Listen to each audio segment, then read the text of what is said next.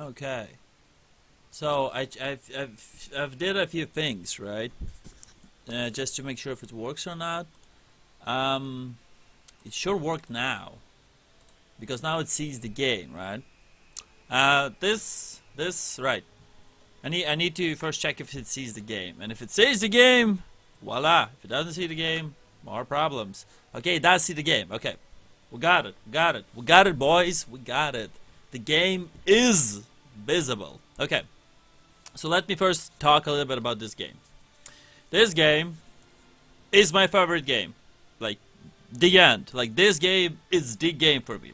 For some people, the game was Diablo 2, or StarCraft 1, or Diablo 1, or like Baldur's Gate, you know? For some people, those games were the games. The most epic one, the one they wasted the most time, not wasted, spent the most time in their life. This is the game I spent so much time. Like, I have a League of Legends. I played for 4 years, right? Or still playing it. Like, I started playing it since season 2, so it's either 3 years or like 4 years. Um, I played StarCraft 2 for a couple of years. Like, a lot of seasons, right? I played StarCraft 1 for a while. I played Diablo 2 for a while. Like, there's a lot of games in my life I played. Knights of the Old Republic. KOTOR, Knights of the Old Republic. I played that a lot. Like, I played multiple combinations of that. This game probably has more of League of Legends and StarCraft combined together, which is like the biggest things because I'm kind of an competitive MMO dude. I like to compete versus other people. So this is still recording. So this is good. This is good. This game is the game for me. That's all I wanted to emphasize. It's like this is gonna be like a chapter 0, just me talking about this game being what it is, and it's big for me. The game is big for me. Um, this game, some people who might Google it or like check it out initially on Wikipedia or whatever. This game was based on Dungeons and Dragons. Um, I never actually played a set of Dungeons and Dragons, with the dice and all. Like, I have 8 dice, not 8 dice. Sorry, I have a pack of dice. I have the D&D 5th player handbook, and I tried to do that, but nobody wanted to play that because it was too early, and then there was not a lot of D&D people in Dublin. Like, people play role-playing games, and I played a couple of role-playing sessions, like one-shots. I don't want to, like, you can Google what's a one shot. Basically, a few sessions of role playing games, and it was kind of okay. I played like 3, and I liked the 2, and I didn't like the 1, so it's kind of mixed bag for me on that part. Um, but this game, I loved it. Like, I spent so much time into it. Yeah, I need to go back to the yeah. So it's a D&D 3 edition, 1, 2, 3, the third edition of D&D. Apparently the third edition of D&D had things introduced that the previous one didn't, and I think one of those is prestige classes. It's a class where you need a prerequisite other things. Like, to be an assassin, you need a certain amount of stealth, a certain amount of dodge, certain feats. Like, to be a weapon master, or whatever they call them, like, you need to have a certain amount of feats. So, and they usually say what's recommended with it. Like, to be an assassin, usually you need to be like, it recommends you to be a bard or a monk, and then to be a weapon expert, like, a specific one, master of one tool, you need to be like a fighter, basically. Or you can be a barbarian, but basically you're a fighter, because you need a certain amount of feats, and it's so much easier to get it as a fighter. Um, yeah, so prestige class is one of those things. And then there's, and I think classes to races restrictions is when they stop doing that. I think for third edition is when they stop doing that. I think I got that from like Wikipedia and such. I don't remember. Like, I never played D&D in general, so I don't know what's all about that. But this game like was loved by me. Like, I just like I have on my Twitch channel, like, when I started playing, like, 7 or something. When I was 10, I was playing 7, up to 10 I was playing consoles, because I didn't have a computer back home, or a console, but I was, like, playing consoles, like Tekken and whatnot. And then I went to the PC gaming, and then one of the first games was this game, and then it just stuck with me. Like, you know, I would come from my home to Dublin, I would still have that game with me. It was obviously pirated. A game was pirated because back home nobody paid for shit, like nothing. Like, you know, if you buy like clothes, sport clothes, they're all fucking like they're all made from China or something. Boards, cups, whatever was made from China. I'm going to go off topic here. Right. So, prestige classes and then class restrictions to races. That's not here. You could be a half orc mage in this game. You can be whatever the fuck you want to be. Like, you could be a gnome barbarian if you really want it or whatever. Like, you gotta have certain disadvantages over like a proper half orc barbarian and like a half orc mage. And like a gnome mage and gnome half gnome barbarian, but a really smart guy, and he's really popular on YouTube in his channel, Downforge. He said that, and I never checked the math, but I presume he's correct, that it's 5%. So like at level 20, and you can hit a level 40 in this game. If you finish all the campaigns with one champion, you're gonna be like level 37, I think I was. If you did like everything you could there, like max questing, because it's a sandbox game. So, well, I mean there is multiplayer, but it's basically I went there strictly for the sandbox experience, but apparently a lot of people went there for like, you know, mods.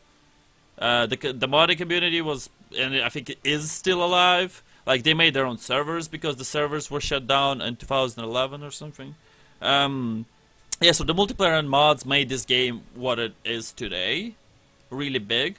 But I liked it for the single player sandbox experience. I wanted to make a transition somewhere with mages there. Yeah, so you can play any class with you can play any race with any class, and certain classes with races combinations would give you a disadvantage in certain areas, because like playing a half orc which has like a -2 intelligence or something would be not as good when your intelligence is your main stat. But apparently, according to a really smart dude who does D&D stuff on YouTube, it's only 5% if you hit level 20. So it's even less if you hit level 40, which you probably won't because level 40 is capped. But basically, if you hit level 20, which is the beginning of epic classes, which in D&D usually, like in D&D sessions, apparently level 20 is like you're a god. Like you're so good at what you do, you're unbelievable. So if you hit level 20 and you played up to this point a half orc at level 20, the difference between an elf ranger and a half orc ranger, or an elf mage and a half orc mage, or whatever mage or whatever classes you got, it's only 5% difference. It's like, it's not as, like, it might be efficient at level 1 or 2 or 3 or whatever, but it's only 5% in the long run. Like, in the long run, this does not matter. Unless you're playing like a one-shot game, or you're playing like a gladiator which will die or live by the end of 2 hours or 3 hours, it's like, it doesn't matter. So you can play whatever the fuck you want. That was my emphasis. You can play what the fuck you want, and it's not gonna really cripple you. Not by a long shot. I was talking a lot of the phrase mage. I think it's just because it's in the back of my head. And the back of my head, the thing is, apparently, again, I never played D&D, so I don't know how, because this is only a game, right? This is only a part of D&D experience. D&D gives you freedom, apparently. It gives you so much freedom, according to some people, that you can be like, you can use a specific move, and then you can like a teleport, do that, like you can tackle him, and then your mage can teleport you while you're tackling the fucking necromancer over the pit, and then somebody can use like a levitate, so you're levitating, and then you're like, you know, not tackling the necromancer anymore, and he drops to the end of volcano, and like, you know, epic shits and giggles that will not happen in a computer game, because there's too much coding involved. It's too hard. It's too complicated. A person who did a little bit of computer science, I know what they're talking about. It's probably gonna be like too expensive and not worth it, because only one person will try that shit. So not worth it. Not worth it. So yeah. So in D&D, I really went off topic there, didn't I? Like with volcanoes and shit. So D&D. In D&D, mages or wizards, sorry, because there's a difference in. Oh yeah, the other thing. Sorry, I'm really all over the place. The other thing in third edition is they swapped. They I think splitted the wizard into a sorcerer and a wizard. And funny enough, sorcerer was my favorite class, but apparently it's weaker to a wizard. Wizard is the god class apparently in D&D because with enough, like he's like he's analogy of Batman, where everybody says that with enough time Batman can kill anyone. Like Batman can beat Superman, beat any deity or any super being. Because he will devise a plan that will kill the deity. Because usually, for balance sake, any deity or any super being or anything, any being in general, will have at least one weakness, and Batman will devise a super genius plan to explore that weakness.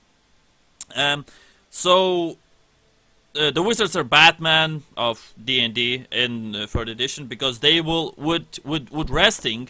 And with smart knowledge, they have the tools to have the ultimate tool belt, because they pick their spells, right? So they pick all of their spells and then they just make they have a tool belt that they need a shotgun, they have a shotgun, they need a laser, they have a laser, they need a James Bond pen, they have a James Bond pen, they have anything. They have the ultimate tool belt, which is their spellbook.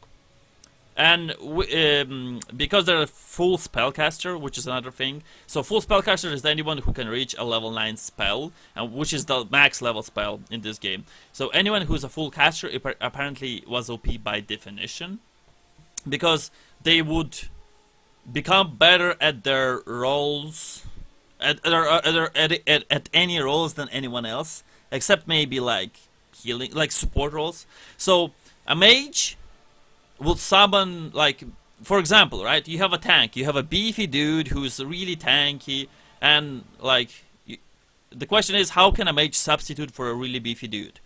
The answer is that there's multiple answers. First, he can summon a really tanky dude, which is like a level 9 monster. Then he can transform himself into a fucking huge being, so he won't die. Or you could play a druid and transform yourself into a fucking dragon, which will be more tankier than the tankiest dude, and you will be like immune to some shits and stuff.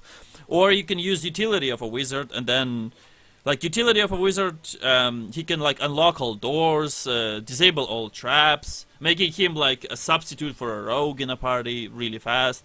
Of course, rogues can loot stuff, and they can do it more early on, but I mean early on stuff is usually cheap, so wizards can be better damage dealers. I mean, I think wizard is like the ultimate damage dealer. I think he can one-shot shit, because if he's Finger of Death, he can like Finger of Death -1 dude, Finger of Death -2 dude, Finger of Death -3rd dude.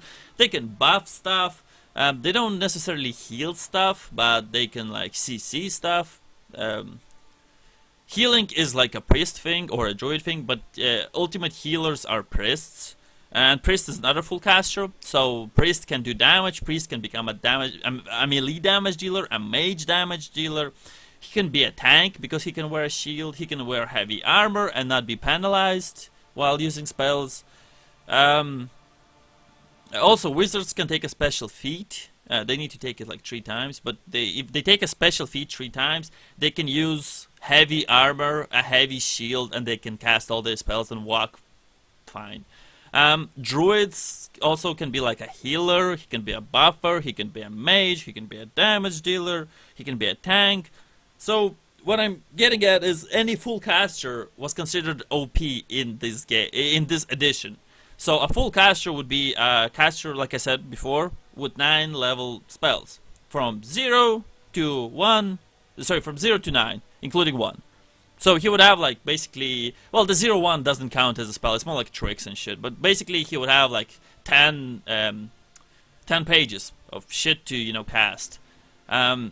Also, druids were considered kind of OP because they would gain additional health points and stats from forms. So you would be like maxing only 1 stat as a druid, which would be like wisdom. And then you would just turn into a dragon, and then your strength would be like fucking 30 or something. Like, you would not give a shit. Um, yeah. So full casters were OP, and obviously, not obviously, but I as a kid found, well, as a geek, I guess, as a kid, as a geek, I found being muscular boring and like being a fighter boring. So I would just go for a mage straight up. I didn't know if they're OP or not. I just liked the spell casting, and then they provided to be a really good, like, because it's a sandbox experience, right? So you go, you save, you go further, you die, right? And you know what's happening. You know what kind of spells you encounter and shit like that. So you're playing a wizard, going in front, and being like, you know, a scout. You're scouting yourself, dying, reloading the game, changing all the spells you need, and then going to rest. And then you can encounter that situation with the ultimate tool belt, which made it kind of broken. But I mean, it's a sandbox experience. If you're having fun, you're having fun. That's enough. I had like, right. Let's go inside, because that's too much pre-talk, right? Let's go new. So here are the campaigns. There's the Neverwinter Nights main campaign, which I think I did most of my build runs here. I did a build, so I would compile the build run, not here. It's not there. Other modules, nope, it's not there. So that's a diamond edition, and not all modules are there. That's kind of fucked up. Right. So I need to look at that. So there was a module here where you basically get a like a treasury. You go into the treasury, and there's a couple of NPCs, and they give you max level buffs, items, and you can check your builds. You can basically check how good is your build. Which I did is I would go there, I would make a build, I would check how good is it late game, because I never had enough planning. Like I never did like a mid game planning, like, you know, early game planning, like a level 5. Level 10, level 15, level 20. I never checked those like marks. Like I never did a proper build. What I did is I just like made level 20, then went there and then see how strong I am. And I was like, okay, level 20, I'm strong. And then I would kind of hit the points. You know, I would just check the points you need to hit that level 20. So like what feats you need to take, what things you need to do. And then I would go into the game. I would go into the Neverwinter main campaign, because it's the first campaign you do. Like before, you wouldn't go here. Like everything else would be closed. Well, this wasn't even here. This was like inside this basically. So you would have this, and these two would be closed, and you had to open it by playing the game. So you have to do this. Like you see this? This would be like that. You would have to press this, finish this, then you can finally go into here. At least that was what in the pirate version I had. So what would happen is I would go here. I would play first hour or two. I would see how the build, like how would it go. Like I would hit level 5 maybe. Level 5, yeah, level 5, level 6. And I would see how I'm doing. Which would be a smart decision to do in the build, like in the, you know, in the treasury. But I don't know. So I wasted so much time just checking the classes. Like I wouldn't check all the combinations. And I wouldn't obviously check the main, like, you know, the power spike of the combination. So that was stupid by me, but that's what I did. So I'm gonna go in here, right? I'm gonna play the prelude. The prelude is a tutorial. Again, I'm sorry I'm all over the place. I'm kind of new to streaming in general. I only streamed like 2 days. I was playing League of Legends. LOL. League of Legends.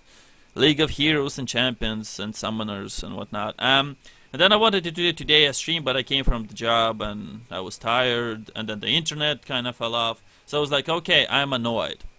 So what I'm gonna do is, I'm gonna do like a few episodes of this, see how I feel about it. If I feel good about it, I'll finish at least the first chapter of the first campaign. I'll finish the first campaign. It's not gonna take me long, because I already played it so many times. I kind of have it by the memory. Like it's in the back of my head. Like, you know, some people have like the Bible or whatever. Like, you know, when you imagine there's like, you know, there's a flight crash happening, right? Like everyone's praying to God, and I'm probably just thinking in the back of my head, man, this build would be OP. That's me. Like that's what I would do.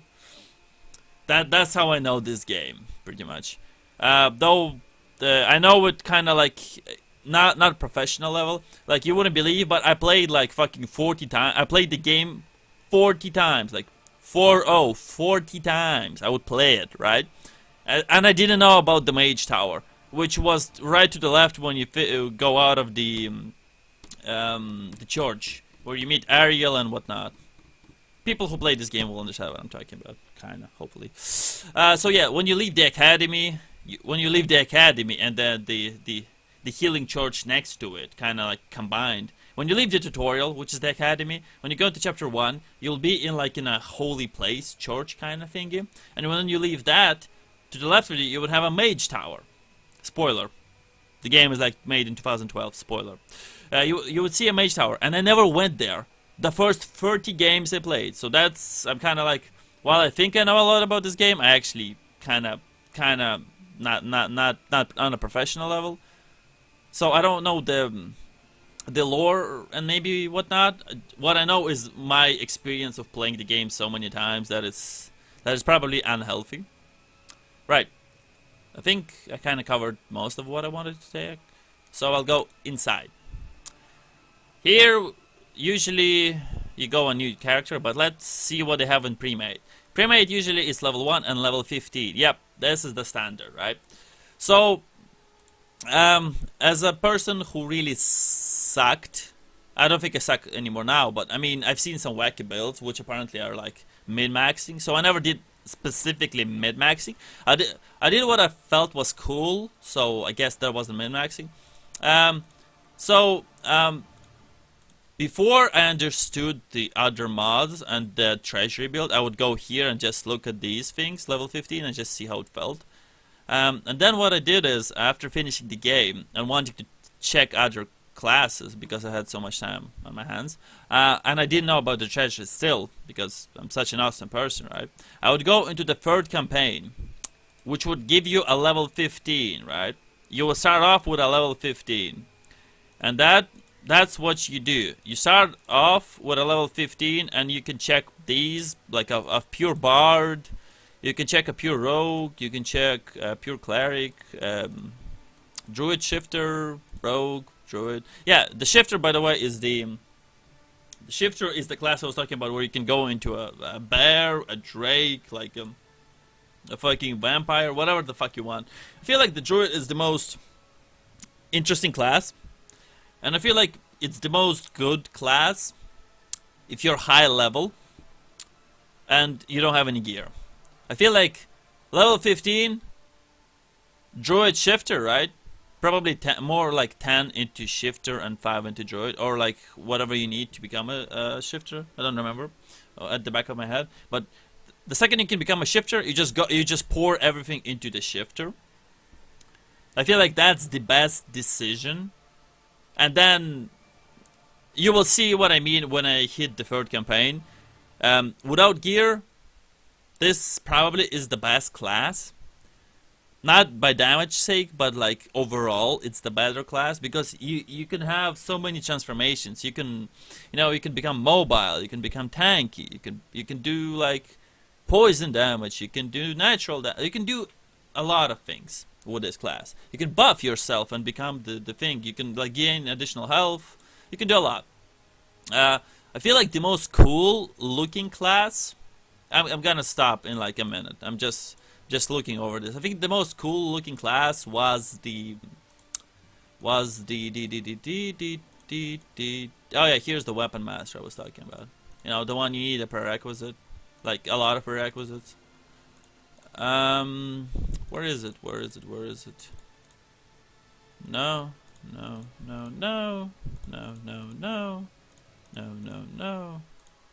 Yeah, sorry. That was the second from the start. I'm an idiot.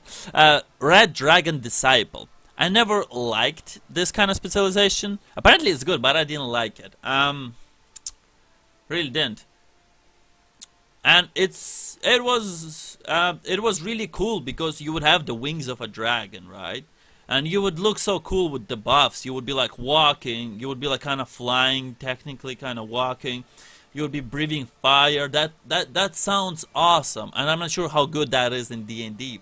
But what happened here is you get only one fire breath per day, which is it's okay. I mean, it might one shot some kind of middle enemies, middle class enemies. I'm not sure. I wouldn't say this is a good class because it gives you strength as feats, which is like why that's like, you know, you don't need it. Like you don't really need it. Like you don't. Yeah, you don't. I don't like it. Like it looked cool. Visually, it looked the most cool to me, the most appealing. And then the second most appealing to me was the Pale Master. The Pale Master was kind of like the first. It was definitely the first prestige class I ever picked for one reason. It was the easiest to get. You can be like a level 3 fucking wizard and you'll get the Pale Master. Like easiest one. Easy. Like super easy. The problem with the Pale Master, it's not a problem. It's just the Pale Master can be kind of tricky because it kind of gives you a stat that's really greedy. Not a stat, sorry. It gives you a thing, a feat, an active thing that's really greedy. So the greedy thing is, I feel like it's the most scaling thing as well. And if you could control your own minion, it would be the most OP thing probably. So the Pale Master is still a full caster because you're kind of like an elite class of a full caster, but you're not so good. I feel like a full class wizard is better because you can be either faster or you can specialize. Wizard is like a specialized class, and then sorcerer is kind of like the more of a fast thinker. Like he can do on a fly things. Like he has like, for example, 5 spells, right? He can cast each of these 5 spells 5 times without actually, like, you know, picking it 5 times. The wizard has to pick a specific spell 5 times to cast it 5 times. But the wizard is still better by a mile. It's still better because you can adjust and then you can have more of the need spells. You need 4 you need 4 iron skins. You got 4 iron skins. You need 4 weapon fire weapon enchantments on the weapons. You got that. You got like 4 mage armors. You need like fucking tentacles of death. You got that. You need stop time. You got that. Like you can have a lot more than the sorcerer. But I like the sorcerer more for some reason. I don't know. I liked it more as a kid. Now I know you need to go with a wizard. The Pale Master. Yeah. So the thing about the Pale Master is his kind of the ultimate thing is the ultimate trap card is the undead. So you summon an epic undead unit, right? And then it depends on your level. I think you need to hit level 10 and then it becomes this super undead thingy. And then every so often levels you can really hit it off. You can really become summon undead, right? Look at this. Look at this. Level 4, 5, a ghoul, a shadow, a ghast. I don't know what the fuck is a ghast. It's not a ghost, it's a ghast. It's a wit, it's a wraith. And then there's gonna be doesn't show here, does it? No, does it not? Summon undead? No? Interesting. Nah, it doesn't show it. So right. So oh yeah. When you hit above level 10, this is level 10, right? Yeah. When you hit above level 10, I think you can summon like a great skeleton or something. Like a skeleton with a great sword, basically. That's what you're gonna summon. And then it kicks it up a notch. When you start hitting other levels, you're gonna be doing massive stuff. Like you're gonna be summoning like a great ghost or gas or whatever. You're gonna be summoning like, I think the ultimate summoning thing is like a demi-leech. A demi-leech is like it's a skull. It's a flying skull. And if you could control that skull, I can guarantee you hands down, that would be the ultimate stomping class. Because the lich is like a mage. It's like a wizard of its own. It's a fucking wizard of its own. It does all the level 9 spells you need. Like it does damage.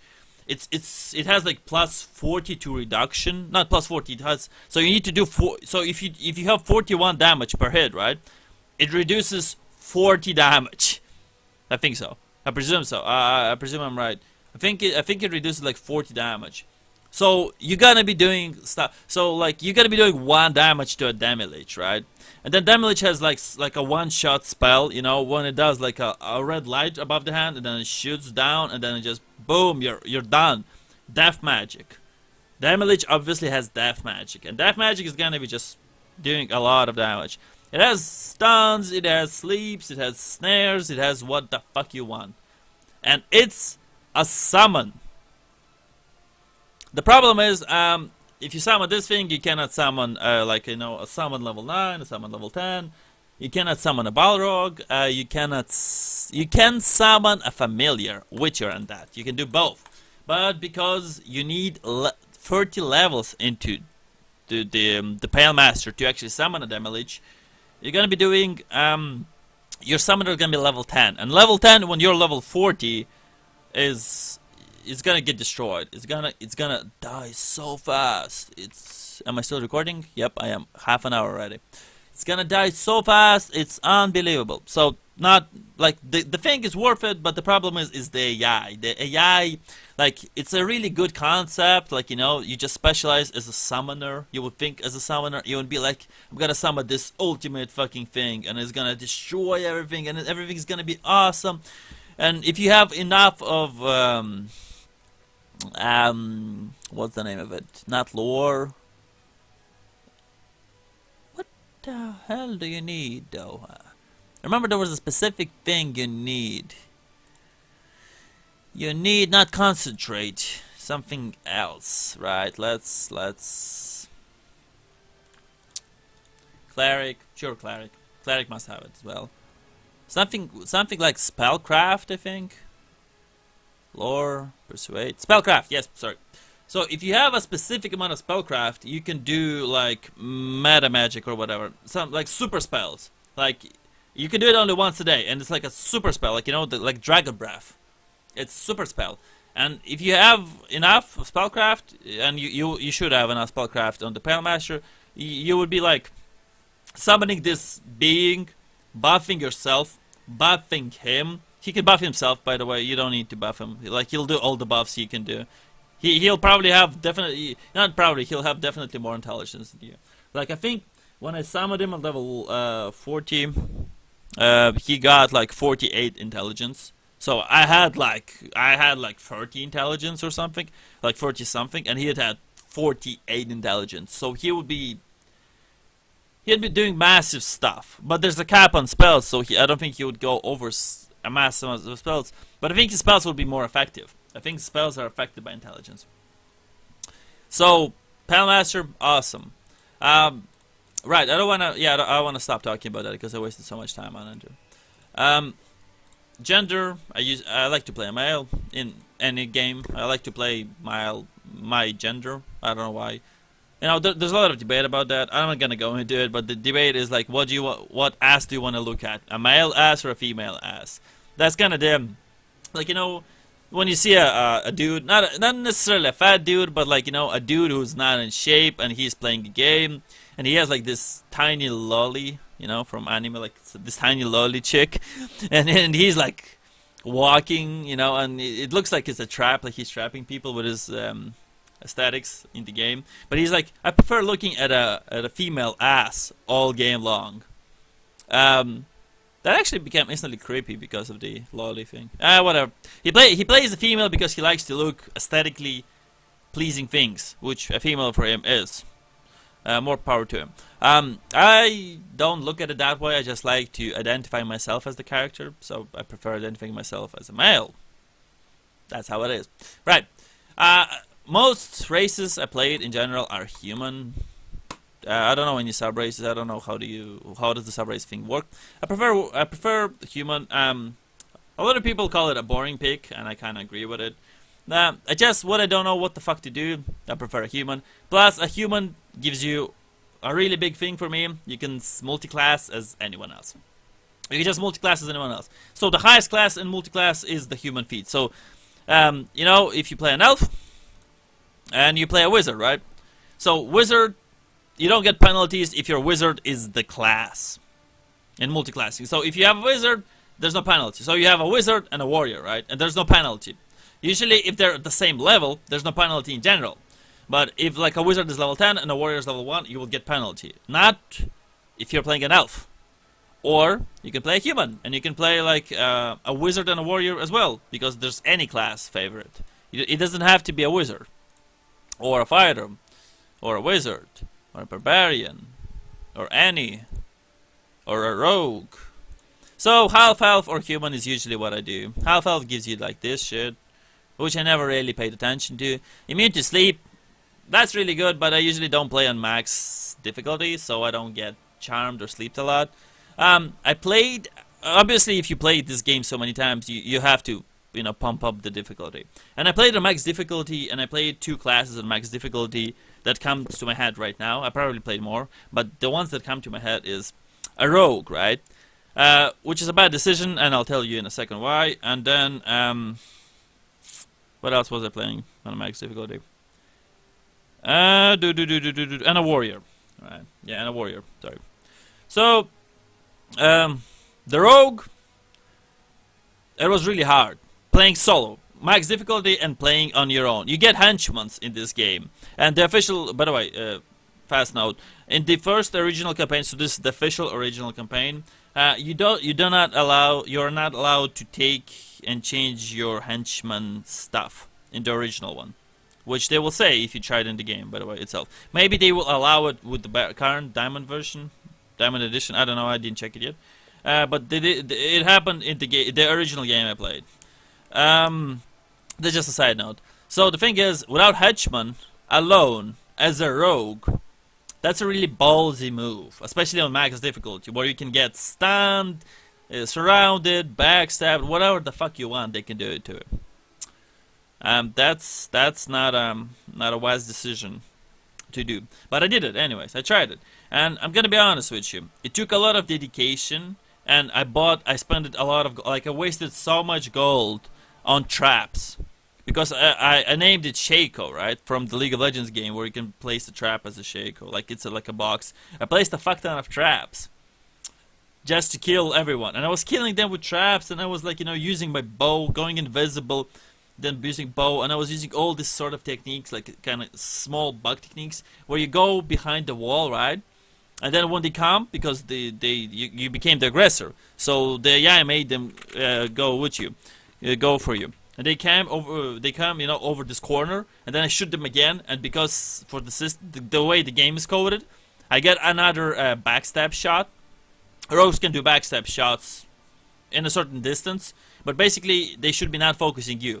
But apparently they weren't. It's not considered you're being focused if they just run for you and it's over a corner.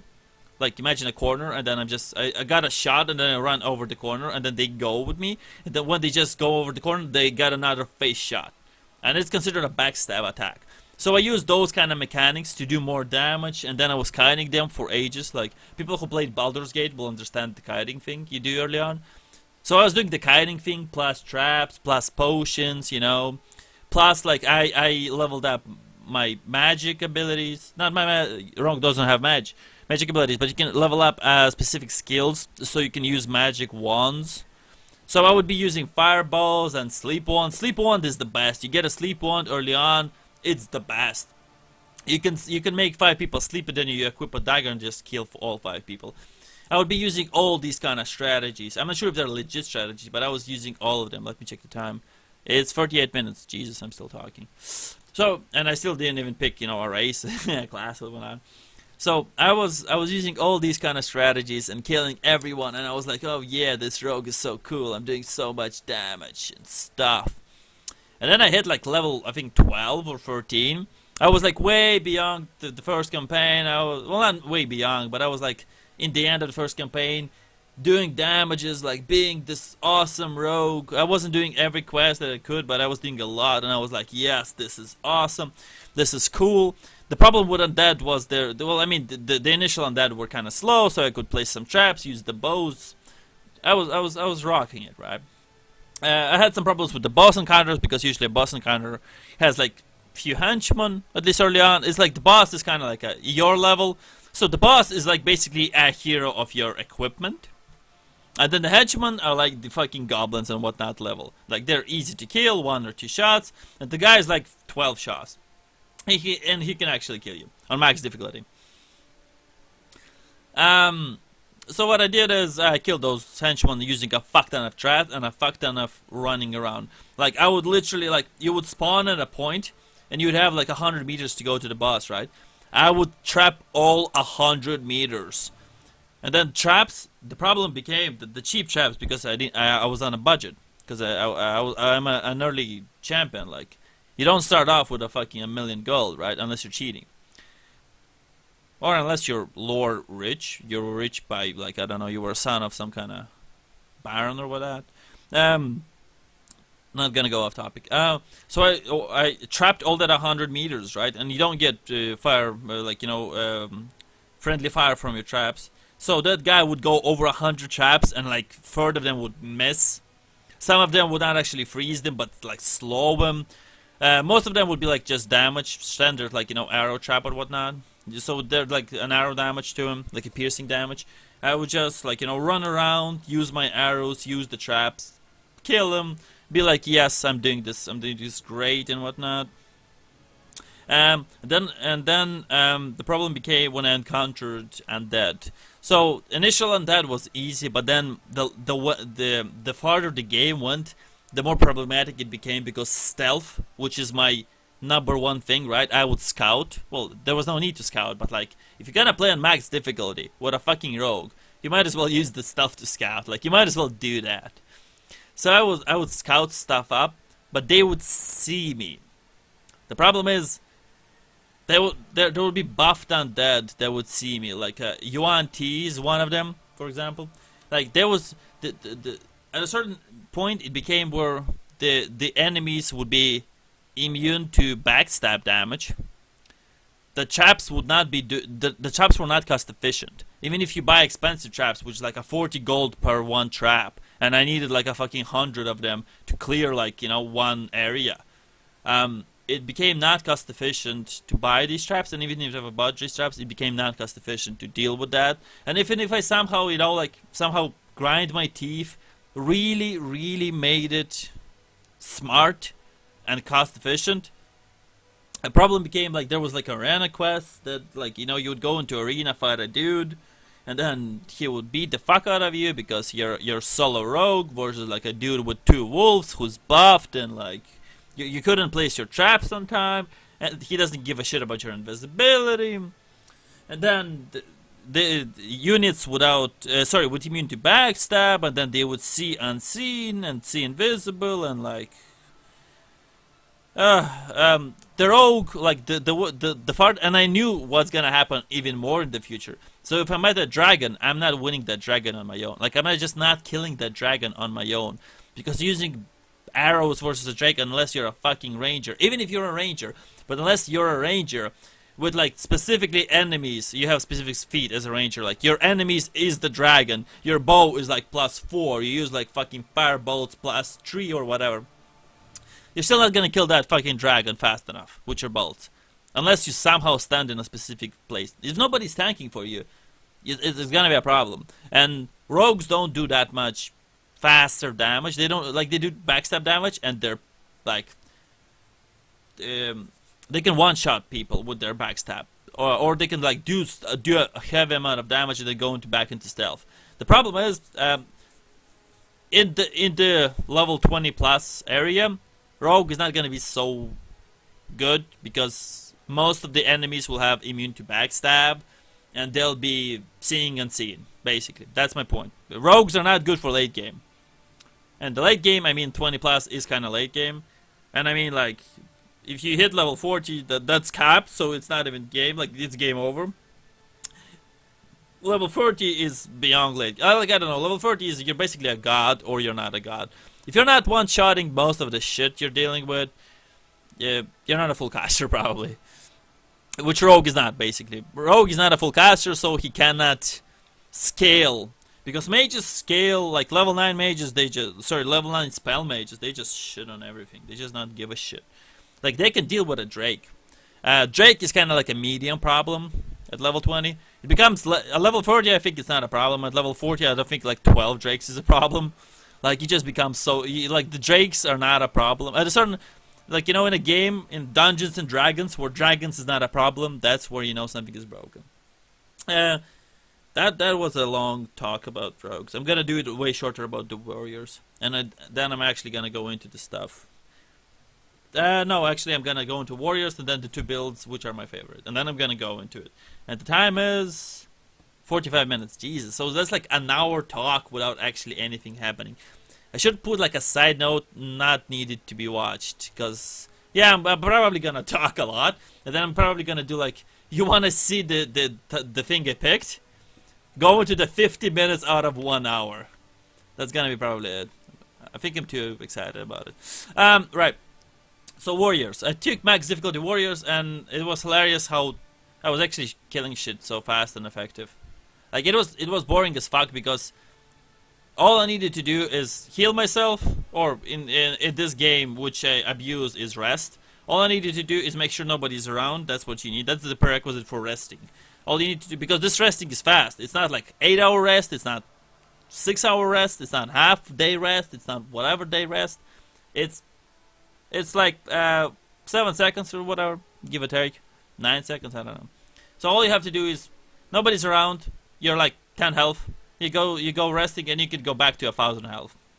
I think it kind of, I'm not sure if it goes slower if you're like having a lot of shit to revive or restore, but I think it's the same speed. I presume it's the same speed.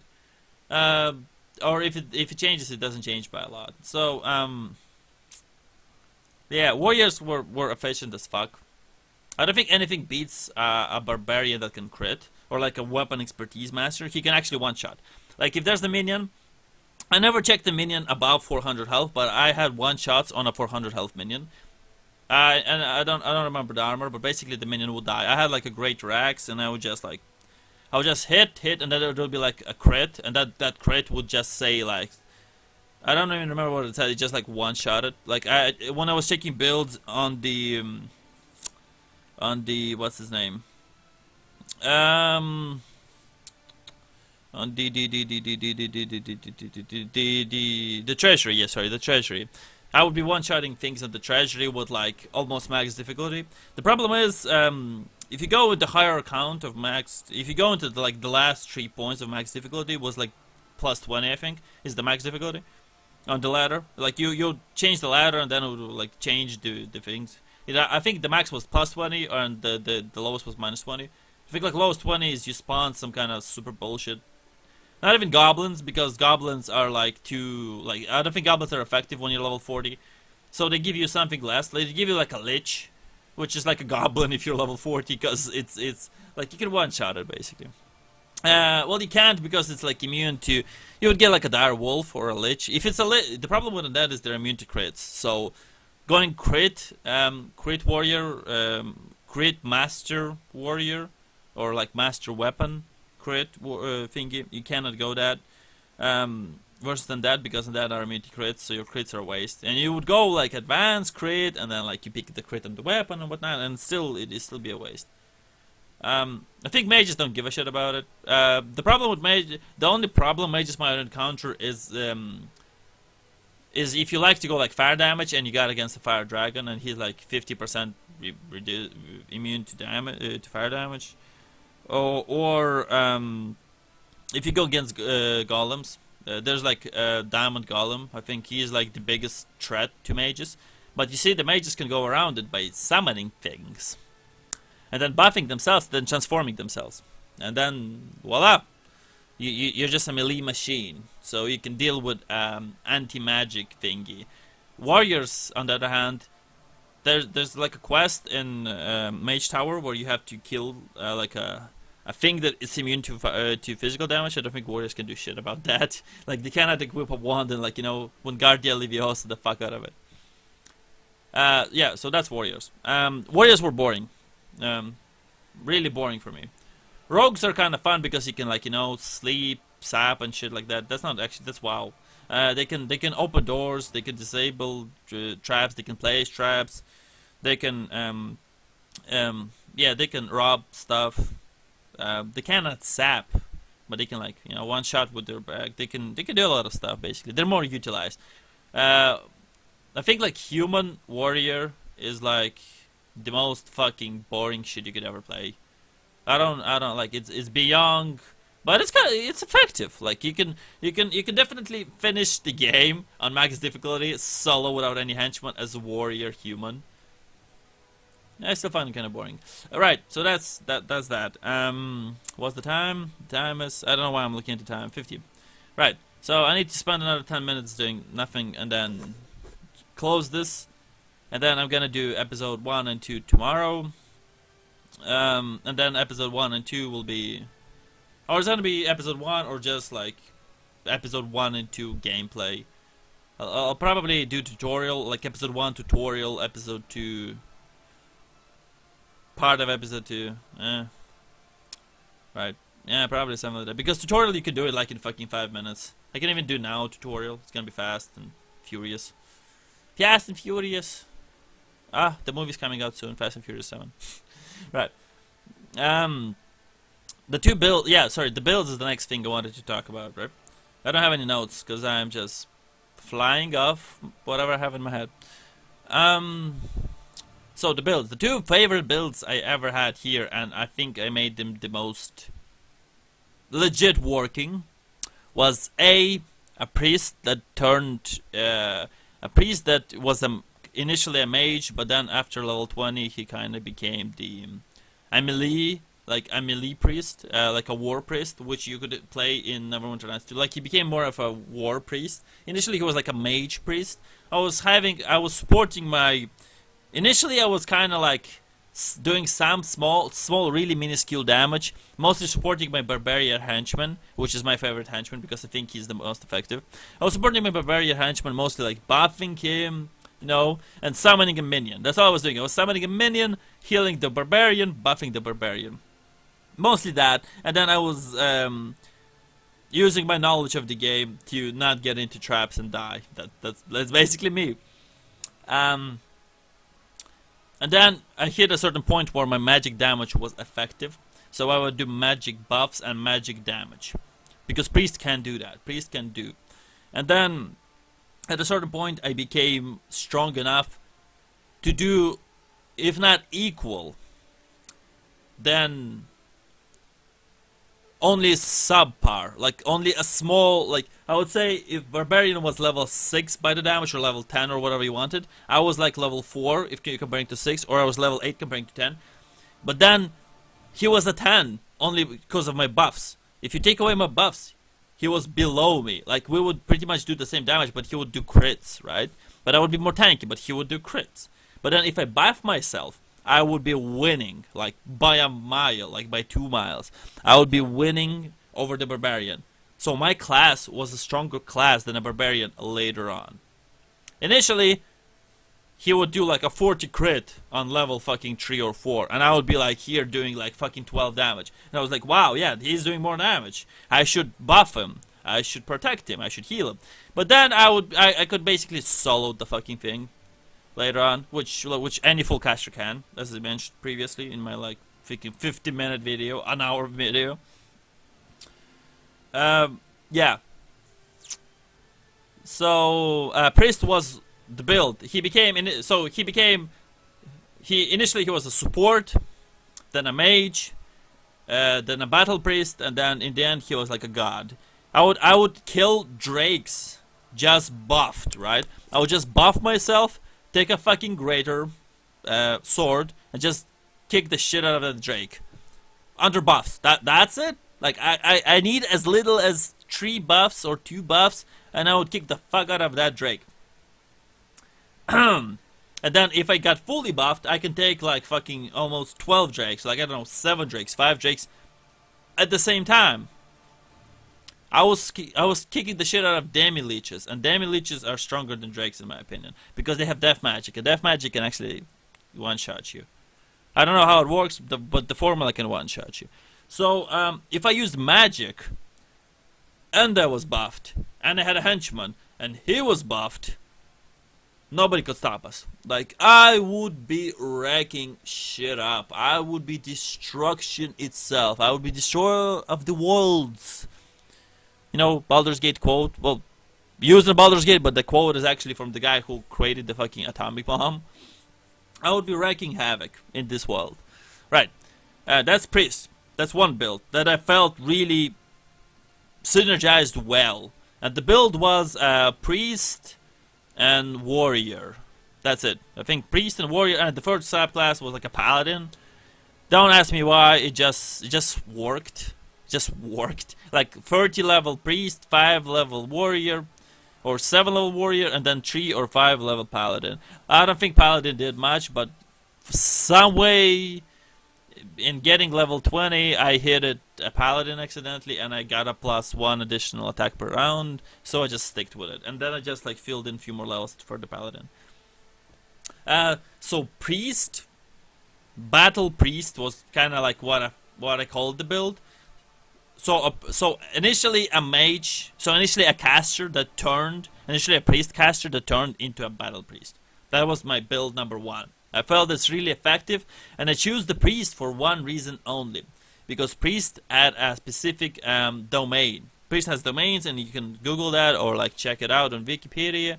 Priest has domains basically, and domain is like you pick your deity or your god or the thing you worship. You pick the perks, and the perks was death and magic for me, and the death thing was so good. It was like I would be one-shotting like fucking was it Belial or whatever? No, not Belial. You know a classified D&D minion that has a lot of eyes. Beholder, yeah. I would be one-shotting beholders with a fucking spell as that priest. That's how good it felt. I was like one-shot combos, like a Pale Master that was actually better than a Pale Master. Yeah, so I was one-shotting stuff, and I was like, cool. And then after level 25 or whatever, I felt like I can actually use a great sword. Like I had a great sword +3, and I was like, yeah, this is cool. And then I think I was at that stage playing the 3rd campaign, and then I don't want to spoil anything because I'm gonna play it.